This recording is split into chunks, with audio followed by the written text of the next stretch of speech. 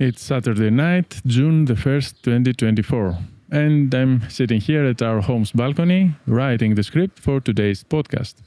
As explained in the previous podcast, I am scripting these podcasts.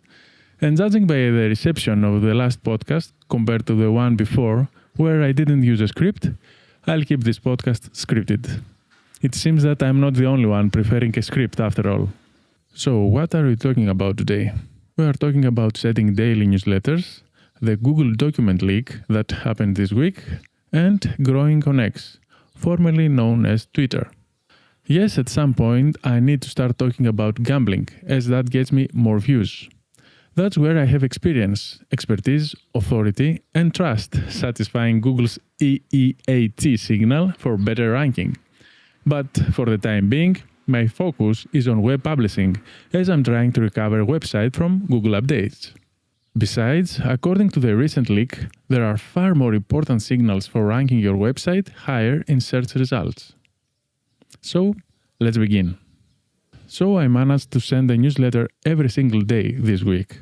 I certainly didn't expect that when I decided to cut my newsletter's length down to 200 words. After finding out a study that claimed the most engaging newsletters have been 200 words long, everything somehow clicked. That's how I ended up last Sunday writing 6 newsletters in 2 hours in the morning, before the family even woke up. The hardest part wasn't writing them though. It was scheduling them, believe it or not.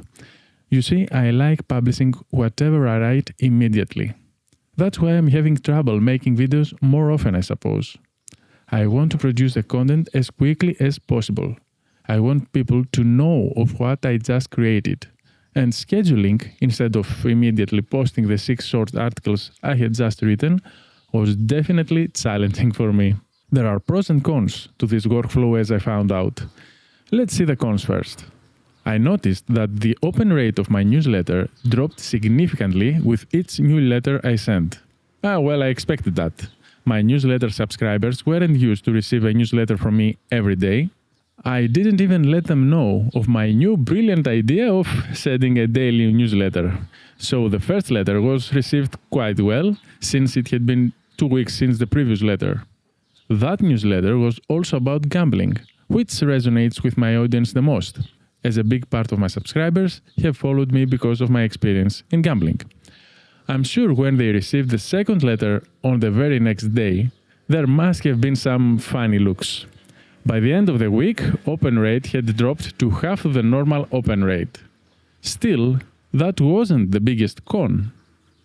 What made me rethink my strategy was that 2 long-time subscribers who had opened every one of the last 24 letters I have sent unsubscribed from the mailing list. That was surely a defeat for my strategy and a big loss. On the bright side, someone would tell me that 200 subscribers didn't opt out. I understand that. But I don't feel that good knowing that loyal fans no longer trusted me with their email address and no longer wanted to hear from me. And I don't think I'm not providing value, even when sharing something every day. I almost decided to go back to my normal schedule of sending a newsletter on a weekly basis, or even less often. In fact, I was used to send a newsletter whenever I felt like it. But that resulted to me writing very long newsletters. By the time I was writing the last paragraphs, I had been exhausted, and all the joy I had in the beginning of writing was lost. Maybe that was also the experience of my audience, who might not even reach the end of my 4,000-word letter. And here come the pros of sending a daily newsletter. I can write a newsletter very quickly and not get tired. It also feels very refreshing to begin writing, knowing that I don't have to write more than 300 words. Of course, if I want to and need more words to explain my thoughts better, I won't limit myself. But it's nice to know I'm not starting with a goal to write a 10-page newsletter that my friends will only read the first 2. Another advantage of this workflow is that I get to discuss a single topic. Such a big change from my regular newsletters, which have been all over the place. Much like how this podcast is going to be. Having a single idea to write about feels so much more efficient. I also have the energy to add an image or 2. Not to mention, I don't have to proofread the wall of text and keep track of every photo I needed to add. What's even better is that I can write a newsletter almost as quickly as inspiration hits me. Now, let me explain that. Say I tweet something on X and it gets more views than usually. That means people find that interesting. Cool, let's expand on that and turn that tweet into a newsletter. In a matter of less than an hour, I'll have a newsletter ready to be sent. And it's very easy to write that, as I just had the idea. I'm sure my inspiration will make it somehow into the newsletter.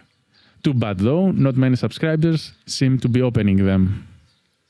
In a newsletter I sent this week, I wrote about 4 benefits of sending a daily newsletter. I will include a link in the notes if you want to receive that kind of content in your inbox, long before I discuss it in this podcast. Now, scheduling the daily newsletters is already proving problematic. While I had 2 letters scheduled for Friday and Saturday, I had to move them up to Monday and Tuesday, as big news hit this week, and I ended up writing a few things about that.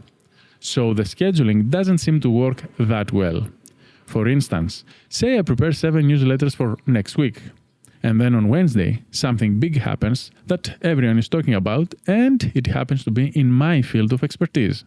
It would be a pity not to take advantage of the opportunity, and instead send a newsletter that I could send a week later. So I reschedule, but that rescheduling cost me money.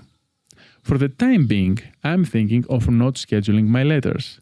I will keep the drafts unscheduled and only go forward with sending them once I know I'll have nothing to say on that day.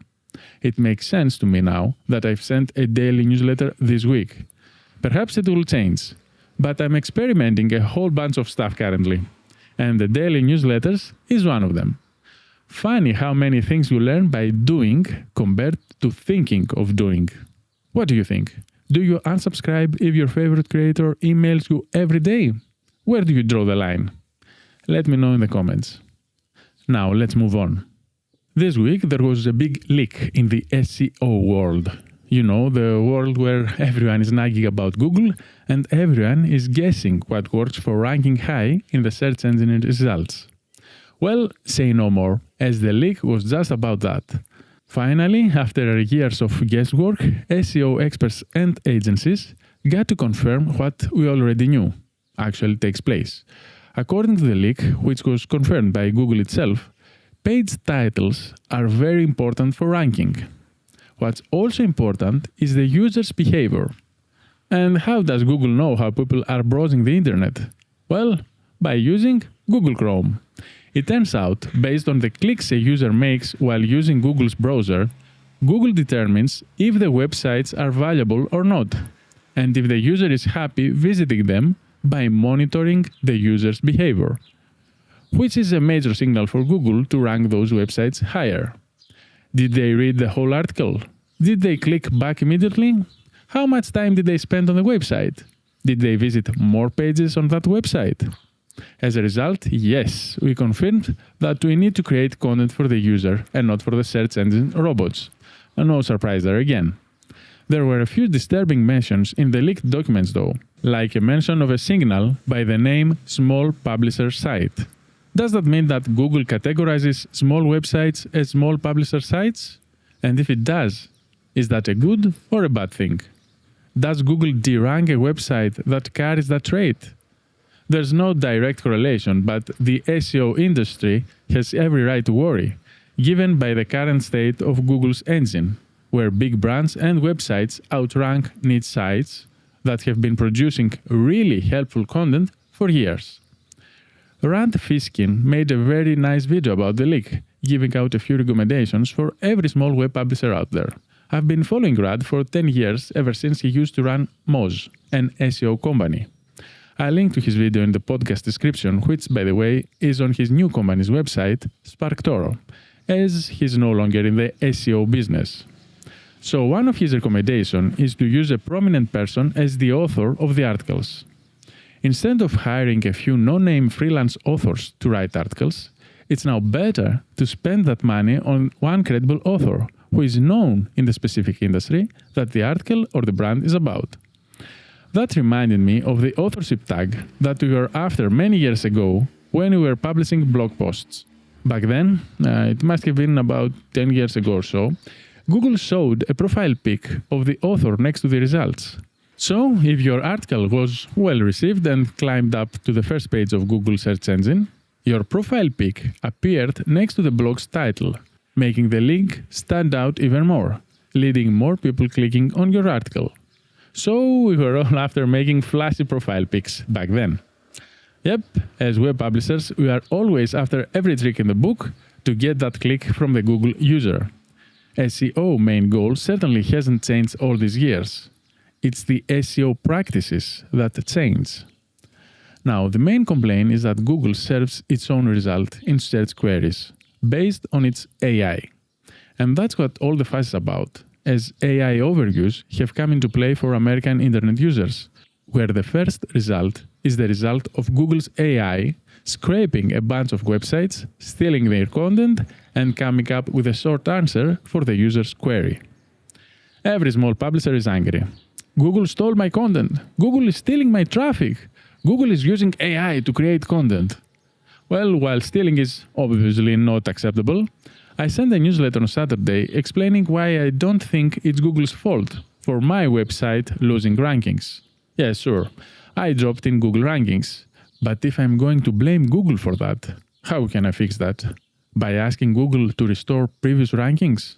To revert back to the previous algorithm? Nonsense. That's out of my control.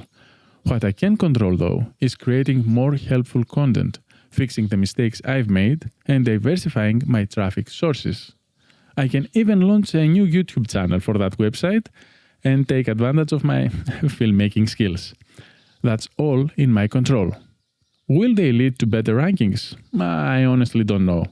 But that sounds a much better plan than sitting on my hands and complaining about Google. So, SEO is just one way to get traffic to your website. Diversifying my traffic sources means building an audience on social media as well. And this time I'm doing that for my personal website. Well, in fact, I find myself working my personal blog more and more these days, instead of trying to recover the other website that was recently hit by Google's updates. It's funny how a real problem made me take the action I postponed and was overthinking for years. My favorite social media platform, other than YouTube, is X. Twitter has always been my go-to outlet when I needed to learn what's really happening. Especially during COVID, I quit reading newspapers and mainstream media, and ended up reading case studies on Twitter. Ever since that health crisis, I found myself opening the app much more often, not only for reading, but for sharing my opinion or what I was up to. What's happening is the message that X is greeting you with every time you log into the app. And that's exactly what we should write about. What are we doing now? What have we just learned? How we spent the last hour? I try not to overcomplicate things. After all, the tweet will live for 24 hours, maximum 48 hours. And by live, I mean X finding an audience for that, other than your following. In 2 days' time, no one will ever see it again, except when visiting your profile, which will happen if we write another compelling tweet. So I don't overthink it. If I did anything worth sharing in the last couple of hours, or if I had a funny or valuable idea, I open up X and just write about it. Focusing on writing is the most important thing for X as well. People go on X for reading. They don't go on X for watching videos. They do that on YouTube. They don't go on X to listen. They come to X to read. So the best writing wins. Even when sharing a video like this, reaching to a bigger audience depends on the text I'll write when I share the video. It doesn't depend on the quality of the video. So I'm trying to improve my writing, which I love, by the way. And writing as often as possible is the best way to improve. Now that I think about it, that's also an advantage of setting a daily newsletter I mentioned earlier. So X is for writing, and I improve my writing by sharing more on X. Sharing will also potentially expose my brand to a new audience. Win-win. Generally, the best strategy to grow on X is to reply as much as possible to popular X accounts on the industry you want to break through. Follow famous people in your field, turn on notifications, and reply to their tweets as soon as they tweet. Add a thoughtful or funny reply, hoping they reply back to you. Even if they don't, your reply will get seen by their thousands of followers, and many of them will check your profile if your reply adds value or is engaging enough. At least that's the general advice going around by experts on the X platform. That does sound great. I myself here notice my replies getting more views in this way than my regular tweets.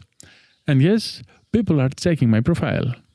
But very rarely do they follow me.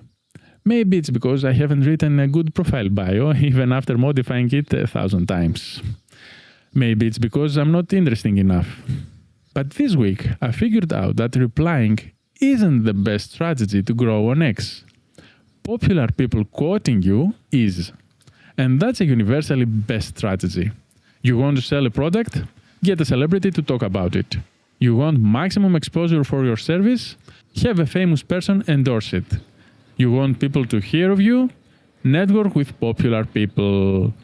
That's how I found out about an X account after Elon Musk quoted his latest tweet. Although the tweet was political, and I have stayed away from politics all my life, it's a fine example of this strategy.